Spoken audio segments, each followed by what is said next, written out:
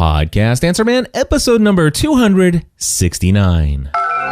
Entertaining, educational, and encouraging content that makes a difference. This is GSPN.TV. Join the community.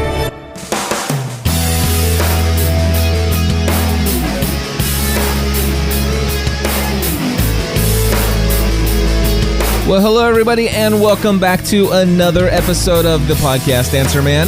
My name is Cliff Ravenscraft, and this, my friends, is the podcast about podcasting, helping you take your show to the next level. It doesn't matter if you're a brand new podcaster, if you have been podcasting for many years, or you haven't quite yet recorded that first episode. There's something we can all do to take our show to the next level.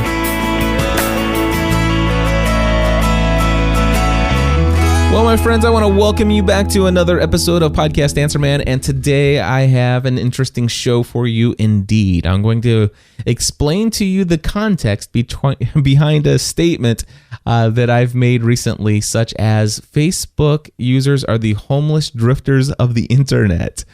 I promise you that is not as bad as what it sounds, and if you want to find out more, you'll want to stick around for this full episode because most of this week's episode is going to be myself and Eric Fisher, who's standing by as our social media correspondent. He and I are going to talk about some of the different changes that have happened in my approach to social media services like Twitter, Facebook, LinkedIn, Google+, Instagram, Pinterest, all of that and more coming up in this episode. So I certainly encourage you to stick around, but I want to start things off with a couple of announcements and then talk to you about headphones, and we'll get right into my conversation with Eric. First and foremost, I want to let you guys know that I am going to be coming to the Dallas-Fort Worth, Texas area, and if you are in that area, I would love to invite you to come and participate in the conference that I'll be speaking at. This is going to be the Catholic New Media Conference. You can find out more information at catholicnewmediaconference.com. This is going to be from August 29th through August 31st. And guys, I am so excited. This will be the very first time I've ever been able to say this, but I will be keynoting that event. That's right. I am going to be the keynote speaker opening the celebration on Wednesday, August 31st of this year. I'm a little bit nervous. This will be the first time that I've done a keynote presentation, but I am certainly excited about it. And I'll be talking about how to market your message to the world. And basically, it's how can you share your faith online in today's culture? How can you use new media to do that, and what are some of the things that you ought to think about when you are approaching the world and have a desire to share a message that will positively impact the lives of other people? And for those of you who are in my audience that are Catholic, then certainly this may even be even more appealing to you. It is the Catholic New Media Conference, and what's unique about this, and it's just funny how these things work, and the kind of the sense of humor that God has. For those of you who don't know this about me, I'm not Catholic, so you have to see the irony in the fact that here I am, a Protestant Christian, and yet I am keynoting a talk. The conference for the Catholic New Media Conference. I could not be more delighted. It is going to be a great time. This will be, I think, only my second time in Texas, and so I'm looking forward. Last time I was in San Antonio, Texas, but I'm looking forward to visiting Dallas-Fort Worth. And again, if you're in that area or willing to travel to that area in the later part of August of this year, I would love to have you come down and participate in this conference. And I will be there for the whole conference on the 29th through the 31st. So come on down. You can get your tickets at Catholic New Media. Catholic New Media Conference, CNMC. Yes, CatholicNewMediaConference.com. which will take you to the website where you can get registered. And also, I think that I think they give like a special bonus, this masterclass of some great speeches and talks to people who sign up for it using my promo code GSPN. And if you use promo code GSPN when you sign up for the Catholic New Media Conference, they will send you this special audio file or like masterclass of previous speakers and stuff like that I'm sure will be quite valuable. And again, I would love to see you in Texas if you're going to be in that area or willing to travel there. August 29th through the 31st, CatholicNewMediaConference.com. All right, and the other announcement I wanted to share was that there is a deadline of July 31st to submit a session for the podcasting track, or for any track for that matter, for the New Media Expo that is going to be in Las Vegas this January.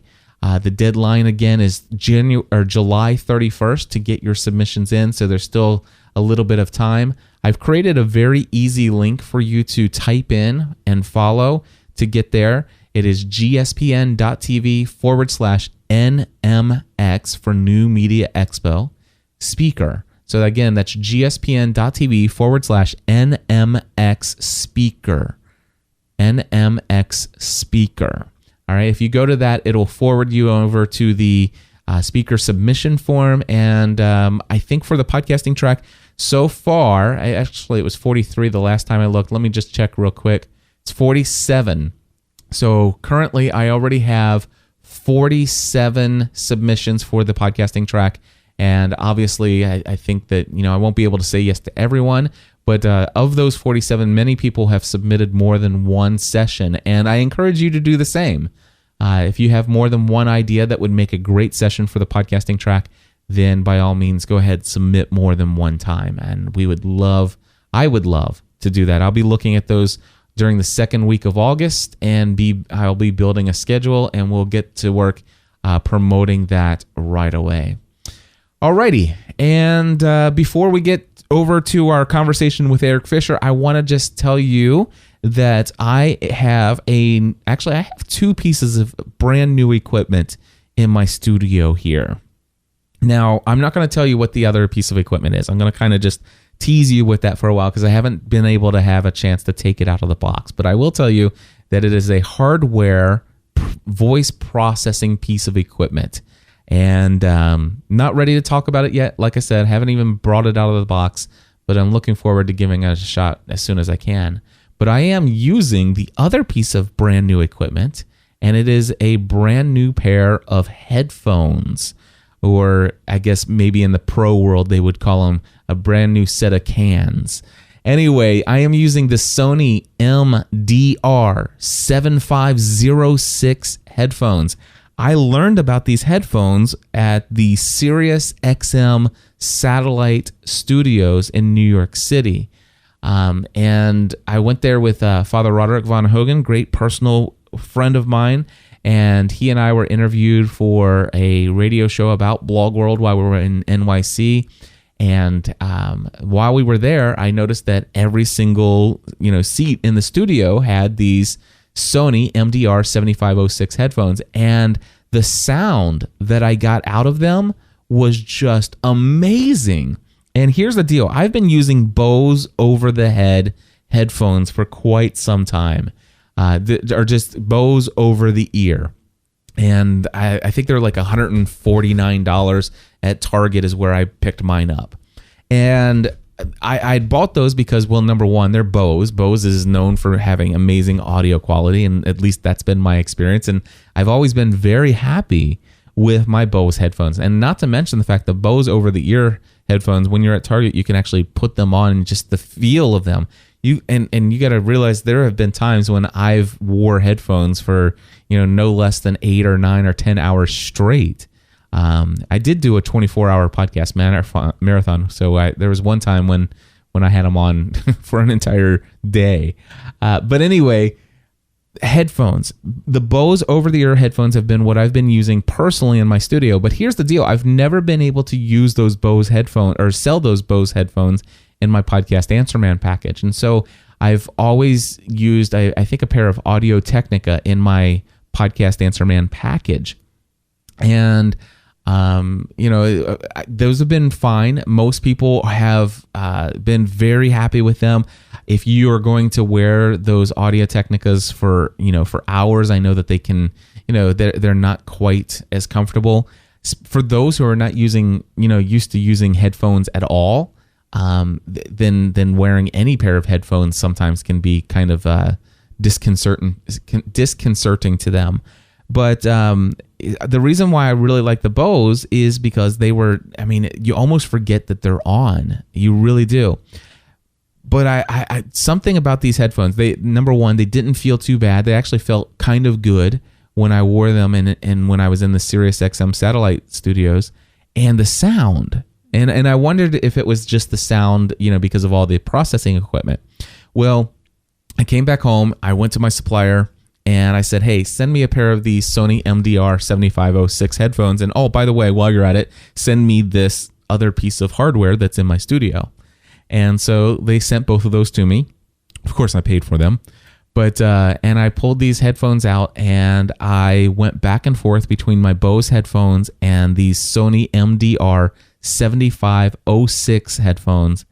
And my friends, let me tell you, it is amazing. I tell you what, I love Bose over-the-ear headphones. I really do. They're great. But they do not even come close to matching the crisp and clear sound that I get from these Sony MDR-7506 headphones. I mean, it is.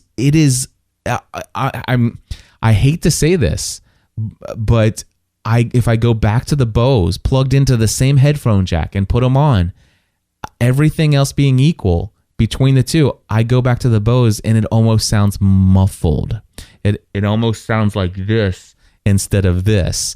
And I'm like, what? Seriously? It is such a clear reproduction of sound. It's out of this world. Now, here's the deal. I've been using these Sony MDX-7506 headphones for 3 weeks now. I didn't want to tell you guys until I've had a good chance to wear them in and stuff like that. And I have wore these headphones for hours in a day on several occasions. And they are not as comfortable as the Bose over-the-ear headphones, but they are still, to me, they're still comfortable enough. I mean, they're not actually, pressing down on my earlobes and kind of giving me that bruised feel that I would get from some pairs of headphones out there. They are not, I would not label them as comfortable, but I would say that they are not uncomfortable, and the audio quality that I get out of them is worth the little bit less of comfort that I get. It is night and day difference, and I love these headphones. They're a little bit more expensive than the other pair of headphones that I was selling in my Podcast Answer Man package, but I went ahead and have made the decision that from now on, the Podcast Answer Man package is coming with Sony MDR-7506 headphones, and I am not increasing the price of that package. I'm just eating the extra cost there on my side because I found out that these are great headphones. And obviously, I want to let you know that I do not sell these headphones individually, but you can buy them through my affiliate link with Amazon, and I'm going to get you a link to that here in 1 second. Alrighty, I've found it here. It is gspn.tv/headphones. That's right, gspn.tv/headphones. And as I'm recording this on Thursday, July 19th, 2012, I'm seeing that the price is $99.99, which is a really good price on that pair of cans. So there you go, my friends. That is a little bit of a update about what I'm doing here in my studio as far as equipment-wise. Hopefully, I'll get some time to play with this other gear within the next couple of weeks and bring to you a little bit more information about it. But with that, my friends, I am going to turn things over to our social media correspondent, Eric J. Fisher, who has been standing by. Eric, what do you got for us this week? All right, well, we got a bunch of interesting stuff. And to start off, we're going to talk about Twitter confirming that they have Facebook integration of their usernames, hashtags, and photos. So what does this mean for us who are using Twitter and or Facebook? I mean, is this exciting news? Well, I think what it does is it elevates Twitter's presence or integration or whatever you want to call it, media richness on Facebook. It validates Twitter a bit more. Not that Twitter, in my mind, needed any validation. If you sit down and watch television these days, I'm sitting there watching Ice Road Truckers, and throughout the entire episode, it says hashtag IRT. And we know that was all instigated and started, the hashtag really, well, okay, honestly, hashtags were around before Twitter, I'm sure. But it was the Twitter platform that really made use of those and integrated them before anybody else. Yeah. Then there are, all the TV shows that I watch today pretty much have a hashtag on the screen. And, the Barbie. My youngest daughter, she actually brings home these Barbie DVDs from the library, and Barbie's twittering. I don't know if you've ever seen this, but Barbie has cartoon movies where she's actually talking about twittering. So yeah, that caught me off guard too, as my daughter was watching one of those. Yep. So Twitter is pretty relevant, and I don't think that it needed a lot of credibility. But I do notice that it's kind of weird in a way to, well, even this. I log into LinkedIn. If I go to the LinkedIn page right now and I want to post something, let me just go there real quick. LinkedIn.com. And it says, hey, share an update. So I can click, type in and share an update. And there's a little link right here with a little Twitter bird. A tweeter bird. It's a tweeter bird. It's a Tweety bird. So anyway, I can click this, and it must mean that I guess at some point I actually went in to the LinkedIn settings and added my Twitter account there. But I can actually, LinkedIn is saying, hey, do you want to share this on Twitter as well? And I think, obviously Facebook has had some, well, we'll talk a little bit about LinkedIn and Twitter integration in a little bit. I think you've got a story for us. But the thing is even in Facebook, they have been integrating this stuff. But now Facebook's even giving more credibility, if you will, to how the way we communicate in Twitter. Yes. And I guess this is because a lot of people are cross-posting. Like, for example, for me, for years, I have actually said every time I put out a Twitter message, send that over to my Facebook profile. So I would say, hey, guys, I just talked with @EricJFisher, and we talked about pound, Batman Rises or something like that. I have no idea. But which we did not, and I want to. But anyway. But so here's the deal. Facebook integrates these. How is this stuff working? So yeah, ultimately how it works is it's the Twitter for Facebook application is now integrates the additional, for example, rich media that is embedded in your tweets. So, for example, if there's a link to a photo, that's going to show up when the tweet comes through instead of just looking like a status update that's just purely text on Facebook. You will see the image, or the URL will populate like it does on Facebook when you drop a URL there, or @ mentions, or the hashtags, for example, it will show up. So, for example, if a bunch of people are tweeting about a certain hashtag and they're also cross-posting that tweet to Facebook, in Facebook, it will allow you to click on that hashtag and take you to a Twitter search. Search.twitter.com / equals that hashtag and show you all the tweets about that hashtag. So this is a bummer because you know what? I had noticed that this was going on because I'd always been cross-posting. Everything that I posted on Twitter would go to Facebook. It would also go to LinkedIn. So I had all these connections set up until just this past week actually a couple weeks ago. And I had noticed that when I uploaded a picture to Twitter, it would actually show that picture, a good sized portion of that picture on my timeline, which was very cool. But I guess what you're telling me then is that if I was to put a hashtag on Facebook, like directly into my Facebook status update, then that's not going to do the same thing.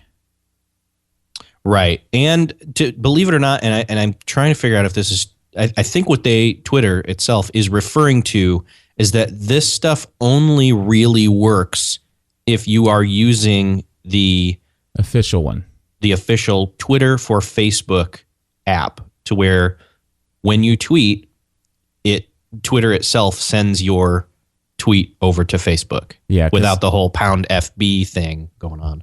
Yeah, because some people do. I just went into my Facebook account and just did a direct status update that says this is a test only, £PABL, and absolutely no highlight or anything like that. But if I would have kept my connection from Twitter to Facebook, and if I would have said the same exact thing on Twitter, it would have posted to my Facebook profile, and the £PABL would be highlighted, and and it would do what you were just saying, and that would same thing for app mentions and stuff like that. So if I go to Facebook and directly type into Facebook, just talk to @EricJFisher, it's going to try to do the Facebook cross linking. It's not actually going to do anything with. So this isn't necessarily Facebook. This is Twitter, who has built this into their Facebook application. And it's Facebook allowing it. Because a lot of these things are links that you would click that take you out of the Facebook page. This is true. But Facebook has been allowing this not just for Twitter. I've noticed that this same exact thing is happening for Instagram. Mm-hmm, which they own. So that makes sense. Oh, and it was even before they owned Before Instagram. that too, though. Yeah, and same thing with Pinterest. I have Pinterest hooked on here, so when I Pinterest something, it does actually get a little bit of a blurb on my timeline, and people can click that, and it'll take them to the Pinterest. So this isn't something they're doing just allowing Twitter to do it, but it's in the API. But it is kind of nice, except for the fact that I just quit using this Twitter for Facebook application. And the reason behind that, you said, had something to do with LinkedIn, which really leads us to our next story, which is Twitter drops the LinkedIn partnership. Yeah, so this happened a couple weeks ago. One of the things that I got was an email from LinkedIn. They said, "Listen, we noticed that you have you have it set up to where anytime somebody posts something on, or actually." LinkedIn had it set up to where you can go in and say, hey, if you have a Twitter account, put it in here. And we want to ask you, if you post something on Twitter, do you want us to automatically see that and post it right here on LinkedIn for you? And I said, yeah, why not? So I allowed them to do that. And of course, they emailed me to say, you know what, we're not going to do that anymore. Yeah, they decided that if you were going to do that, I mean, there are ways around this. You can actually still do it by adding like £LI in your tweets, but that's not necessarily beneficial data for people on Twitter. Wait a second. So have an extra hashtag. So £LI will still do this. So it's actually still connected. Do it. Yeah, you should be able to, at least according to people that I've read. Okay, I'm going to try it right now.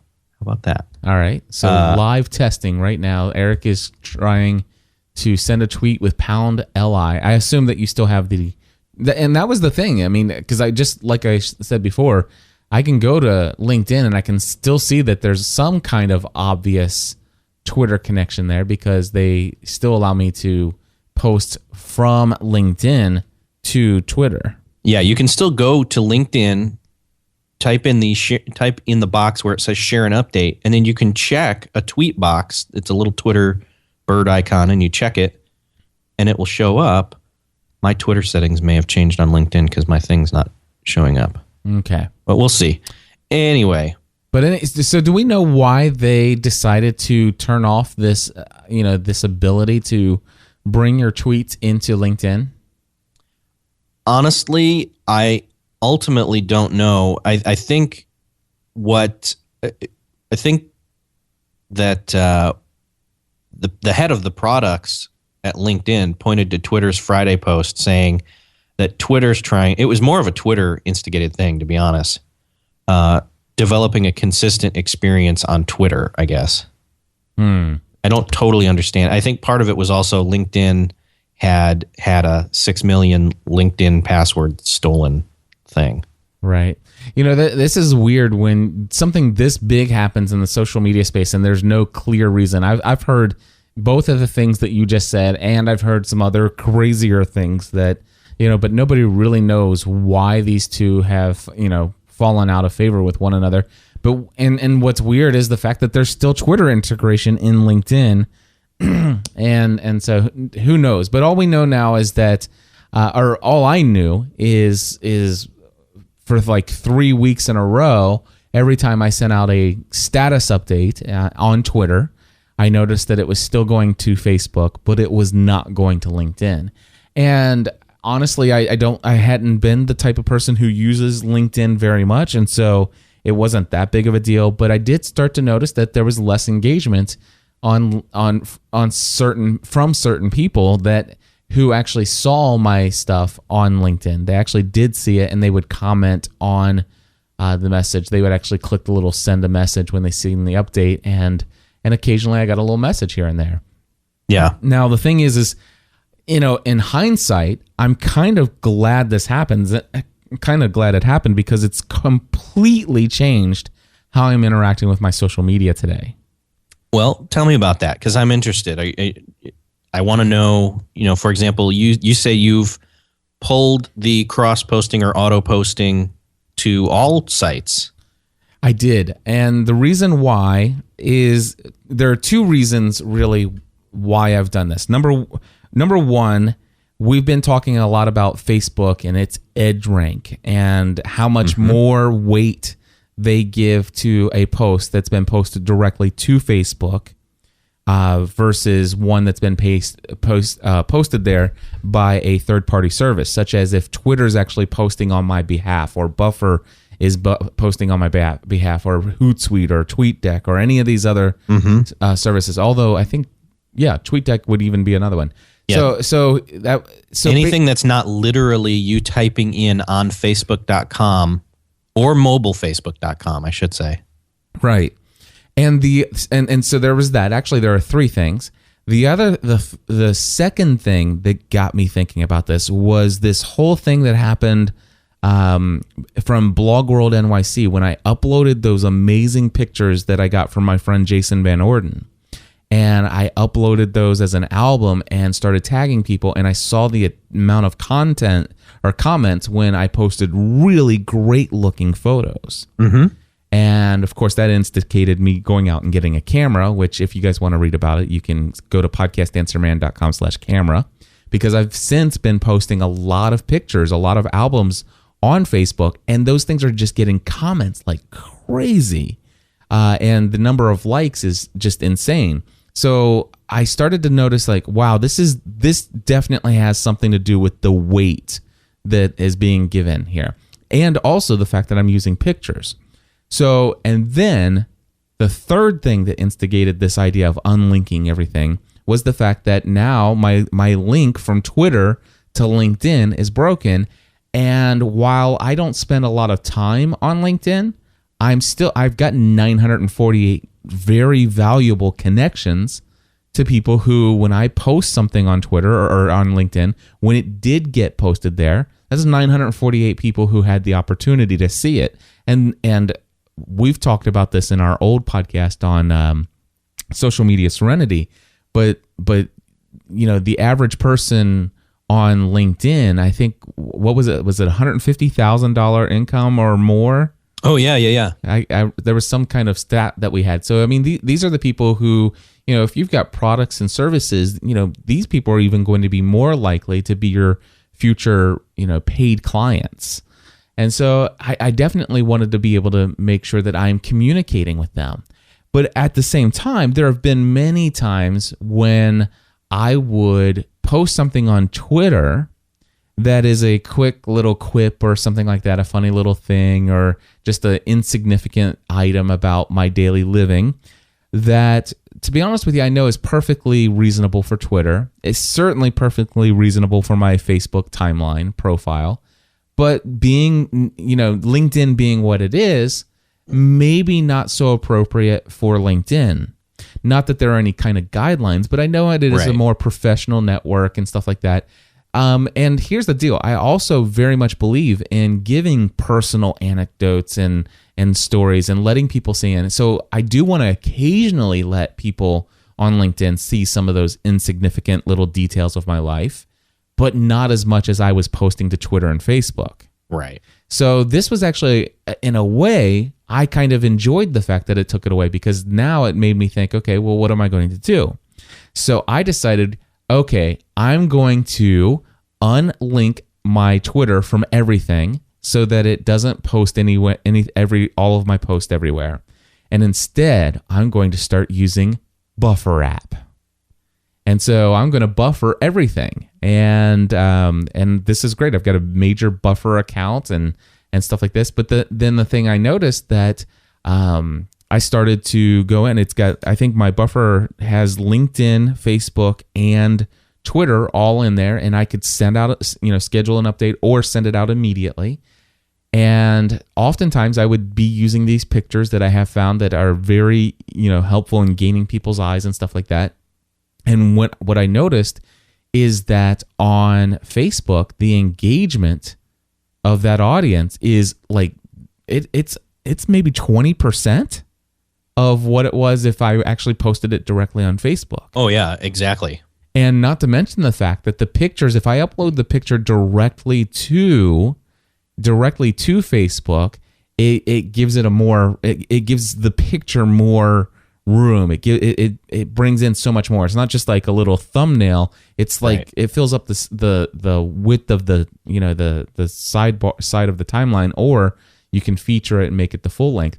So I noticed that, man, this edge rank still whipping me, because I'm not able to do this. Yeah. So what I decided was, okay, forget it. When I want to share something with my Twitter community, I will share it on Twitter. When I want to share something on Facebook, I'll share it on Facebook. When I want to share something with LinkedIn, I'll share it with LinkedIn. Now, oftentimes, still today, that's exactly the same thing. I still want to post the same exact message occasionally. And so what I've been doing on my Facebook, or my mobile application, on my iPhone, I'll go in and type a Twitter message, and I'll get it in 140 characters, right? Mm-hmm. I'll then click on it, highlight it all, or do select all and copy. And then I'll post the Twitter message. And then I open up the Facebook application. And then I go in and the mobile application and hit send an update. And then I'll take out the @reply or the @name and instead use the person's full name or whatever. And if it's an image, I won't have a link to the image. I'll upload the image and stuff like that. So I customize it specifically for Facebook so that I know that it's going to show up the way that I want it to show up. And I don't post anything to LinkedIn from my mobile phone at all. I just don't. But right. I do sometimes go in and go ahead and open up Google Plus and initiate an update and hit paste and send it on. So now I am able to quote unquote cross post, but again I'm taking the audience that I know that's listening in when I'm thinking about what I'm sharing and how I'm sharing it. You're optimizing your content for each network. Exactly. And the phrasing isn't always word for word. It's adjusted slightly to now, instead of using these cryptic hashtags or cryptic at names on Facebook, then it's actually using the real people's names. Sometimes I'll even try to make sure that it does grab and quote unquote tag that person in the content. Now, what it's done for me though, all of this, is it's killing my clout score. My clout score is actually dropping drastically as a result of this. And the reason why is because I'm actually posting less. Yeah, but you've got to argue on the other end of the spectrum that you are getting more engagement. I'm getting a lot more engagement. Which has nothing to do with your fault. I think it's somewhat of a an error in Clout's algorithm, to be honest. I would agree. Like I said before we started recording, when you mentioned Clout, I said, well, yeah, my score has been going down consistently for the last month.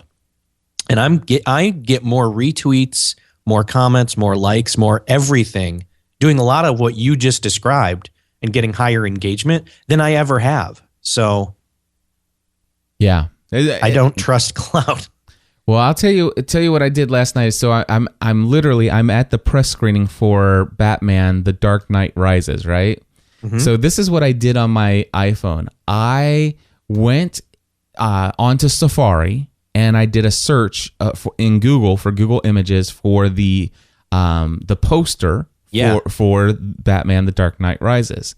Very awesome quality image. And so what do? I go in, I look at the full screen or full size image, and I hold on it, and I save that image to my iPhone's photo library. Then I go in to Facebook first, and I cannot believe I just said that. But I did. I actually went to Facebook because I knew, here's what I know. Ongoing conversations, this is where and especially when it comes to an image, I know for a fact I'm going to get more engagement on Facebook.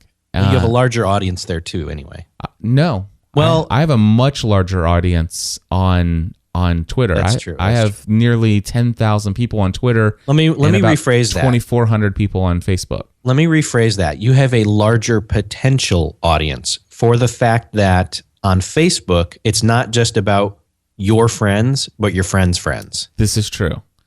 Yeah. That's what I really meant to say. So when Eric Fisher, you go in and comment on my image, even though I may not be friends with certain people, there are people you're friends with, and because you left a comment, my image is now showing up in your timeline for those people. Exactly. So, okay, that makes a lot of sense. And some would argue, well, the same is true if somebody... No, actually, no, it's not.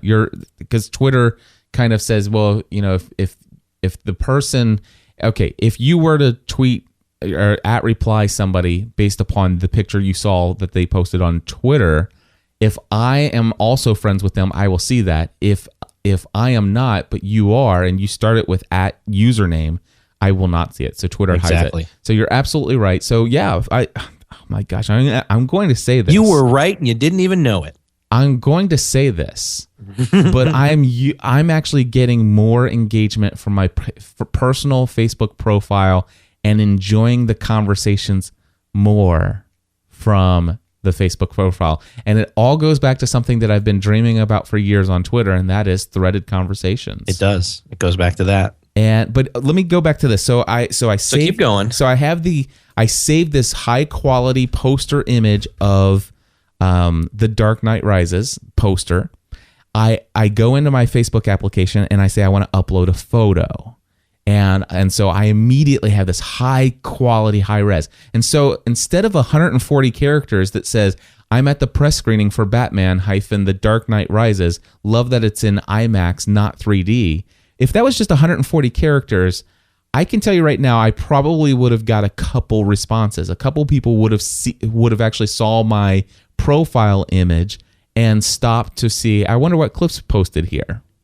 But nobody in their right mind could completely avoid the image of Batman that I chose to use. And then there's that. And then the next thing you know, I've got, 22 other people, Ben Moore, Parker Lilly, and 22 others like this and view all 9 comments since last night. Now, that's not a lot, but, there are some other ones. Like, for example, check this one out. I've got Stephanie and I just finished season 2 of Downton Abbey. Wow, my friends. Many will be shocked to hear this, but Downton Abbey is definitely my all-time favorite TV show, and I enjoy it even more than I ever did Lost. Many of you know that when I say that, I'm saying a lot. Stephanie and I plan to talk about why we fell in love with this show in our next episode of Family from the Heart on Thursday. That will be episode 218 for those who are wondering. And of course, what do I have? A big, gigantic image, which is the promotional image for Downton Abbey. Mm-hmm. So Jared Easley, Peter Adal, and 17 others like it, and there are 30 comments. Yep.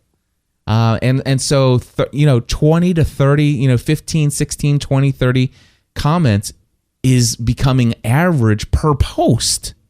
Yep. This is per update. And this is a lot more engagement than I've had before. And by the way, I don't know if you've noticed, But what I just read to you about Downton Abbey, that's a little bit more than 140 characters. Yep. So yeah, I've totally unlinked. Twitter is getting 140 character updates with. I do know that one thing I need to do is when I'm posting to Twitter, I do need to go ahead and upload the image there too. I keep forgetting to do that.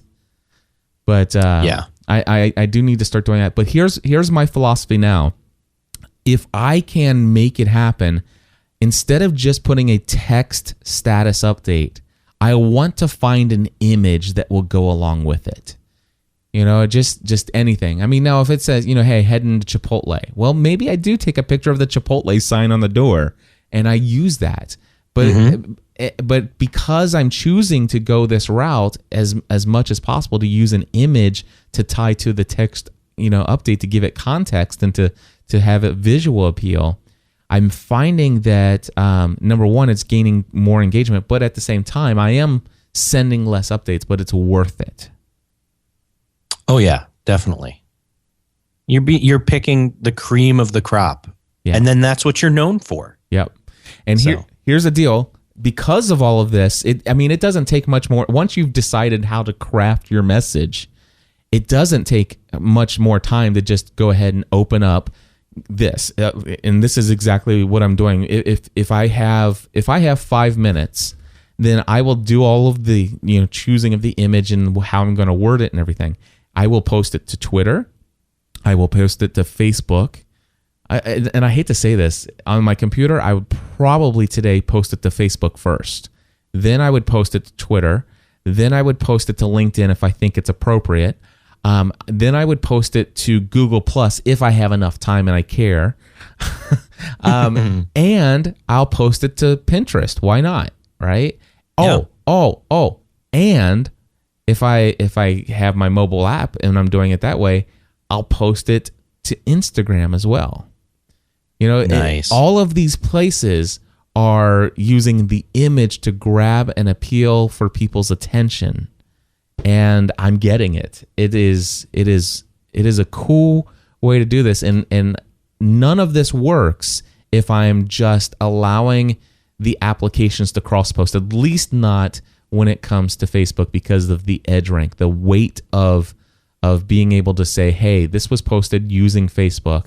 We're gonna send this out to even more people in their timelines. Yeah, to me, it sounds like you've turned off the social networking autopilot and are now actually trading the little bit of convenience time-wise for a lot more optimization and engagement.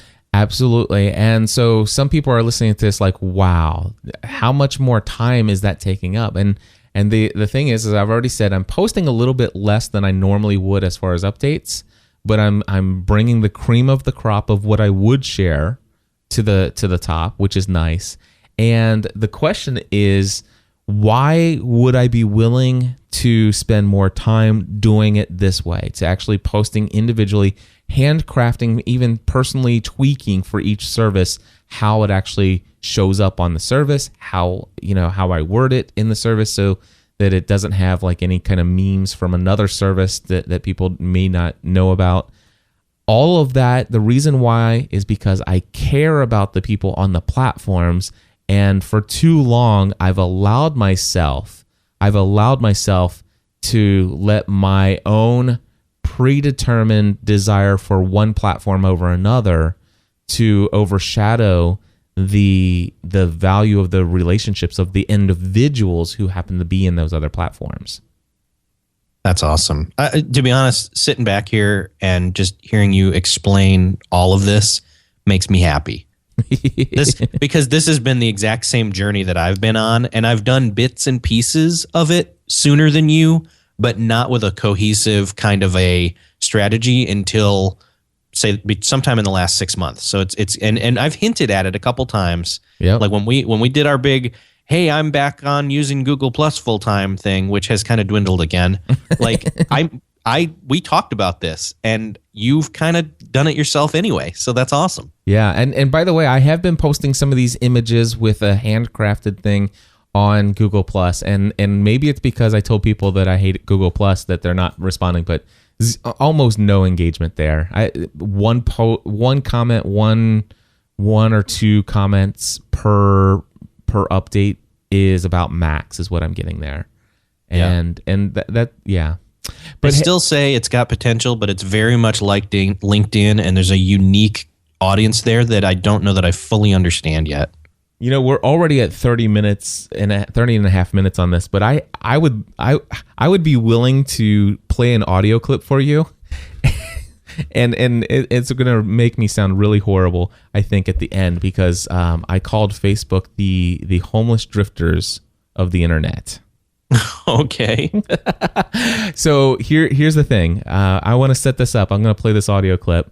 And then I want to see what your reaction is to it. But we've been covering in the Podcast Mastermind, we have been covering the book Crush It by Gary Vaynerchuk. Great book. And chapter 9 is, well, I had been telling everybody that it's one word, and it's actually more than one word. It's the one word, of course, is care. It's all in capital letters. And the reason why it's more than one word is that at the bottom of that page where it says care, it says, got questions? Email me, Gary@VaynerMedia.com. So it is, and by the way, that communicates a lot in my mind. So we, believe it or not, we took this chapter that has one word, care, and we spent probably 20 minutes talking about that chapter in each of my Podcast Mastermind meetings this week. And we have been talking about, what if I don't like Facebook? What if I don't like this platform and stuff like this? Why would I go there? Why would I spend all this time creating this and that? And of course, I'm not a proponent of going and being everywhere if you're not going to be there and facilitate conversation and be a part of those conversations and engage with people.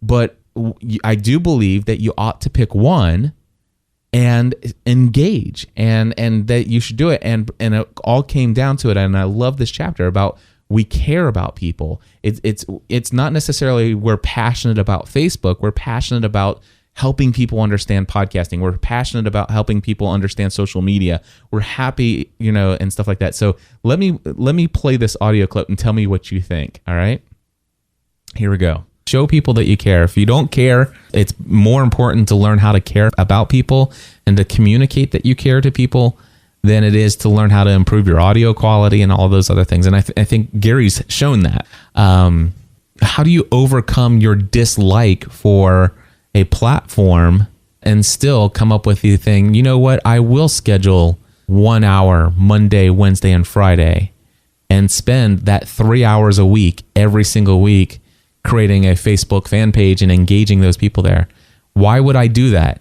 It's because I care. Why does Pat Flynn do that? Because he cares. Why does PJ Jonas and their family have theirs where they're literally engaging with thousands of people? It's because they care. And it's not necessarily that they love Facebook, but they care. And it's like, you know what?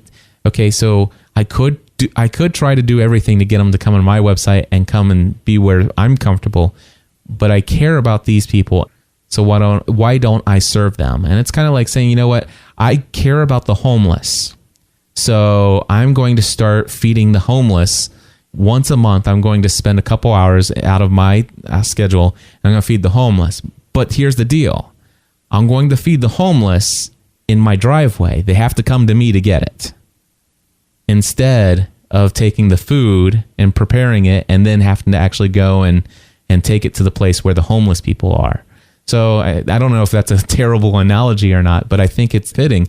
How do you say, you know what, I have a restaurant and I'm trying to promote my restaurant or whatever, but you know what, I also care about people who can't maybe come to my restaurant, and I want to go out and show people that I care for them as well. I have a passion for feeding people, and it's not just about the money and selling them food.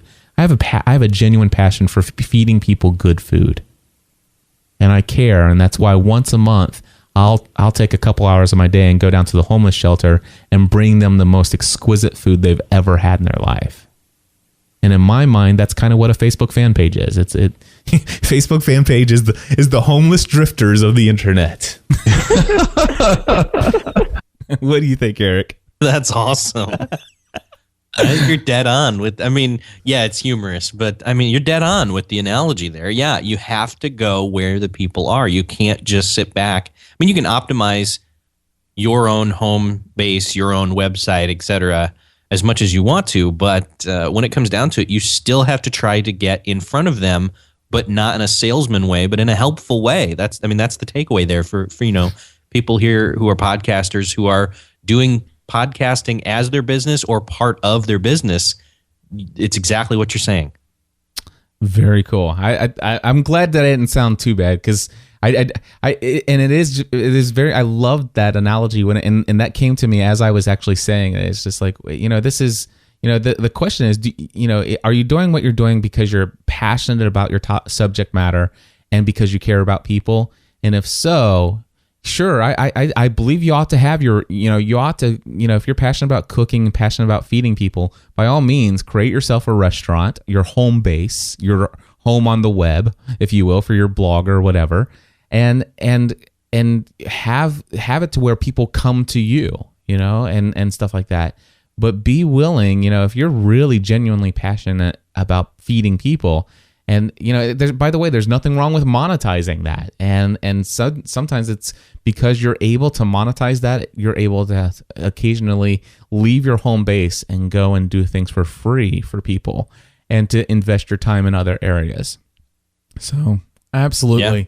I love that, and I'm still not at a place where I'm ready to do a Facebook fan page, because I still feel like I'm doing everything that I would do with the fan page right now on my personal profile, but I still see some things that could be done with a fan page that I'm seeing some other people do that I'm not able to do on a profile. But at the same time, I'm not willing to do a Facebook fan page, mostly because of the mafia tactics of Facebook and the fact that they're not going to give me. Matter of fact, I think it's become quite clear in their posting. My posts, my status updates, my pictures, my everything has more weight in EdgeRank as a personal profile. It does. Than I would if I had a page. Yeah, again, that's another reason not to. Yep. At least for now. But the thing is, though, is I'm spending a lot more time in that place where more people are. Exactly. Yeah. Eric, fun conversation as always, my friend. Yes, definitely. Well, my friends, that's going to wrap it up for this episode of Podcast Answer Man. I want to say thank you for tuning in yet again to this episode. I also want to say thank you to those of you who have gone out and used my Bluehost affiliate link. Of course, if you go over to podcastanswerman.com/hosting, you will see where I share all about my thoughts on Bluehost, servant hosting, shared hosting versus VPS, all of that stuff. If you decide to go to Bluehost, of course, I do get a generous commission.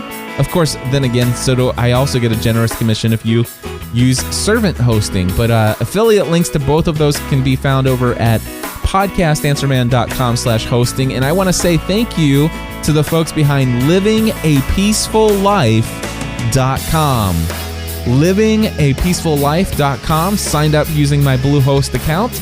And website is still pending, but I happen to know that this is a member of the Podcasting A to Z course that I have got going on. So exciting things happening there. Absolutely loving my Podcasting A to Z course. I have 32 students, and I hope that by August 3rd, Friday, August 3rd, there will be 32 new podcasts in the iTunes directory, as well as on the subscription list of many people around the world. Hey, are you looking for artwork for your podcast? If you are looking for some new 1400 by 1400 great looking artwork, or if you need a logo created for you, or if you need a banner for your website, any kind of artwork, head over to podcastanswerman.com/JennyH. That's JENNYH, and let her know that you heard about her from Cliff Ravenscraft over at podcastanswerman.com.